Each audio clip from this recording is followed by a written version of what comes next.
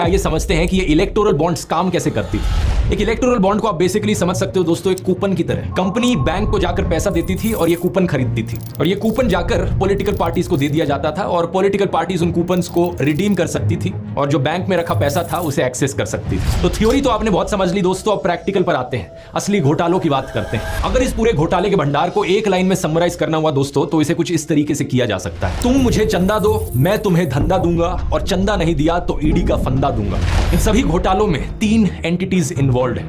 पहला political party जो सत्ता में है, दूसरा बड़ी बड़ी कंपनियां और तीसरा आम जनता। इन तीनों के नीचे एक बक्सा रख देते हैं। पॉलिटिकल पार्टी के नीचे जो बक्सा रखा है वो चंदे का डिब्बा है, कंपनी के नीचे जो डब्बा है वो कंपनी के पैसे का डब्बा है और तीसरा पब्लिक के नीचे जो डब्बा है जनता के पैसे का डब्बा है। अब सोचो अगर सरकार जनता के डब्बे से पैसे निकालकर कंपनी के डब्बे में डाल दे और रिटर्न में कंपनी अपने डब्बे से पैसे निकालकर पार्टी के डब्बे में डाल दे इलेक्टोरल बॉन्ड्स के जरिए, क्या आप इसे एक स्कैम कहोगे या नहीं कहोगे? ऑब्वियसली एक घोटाला है।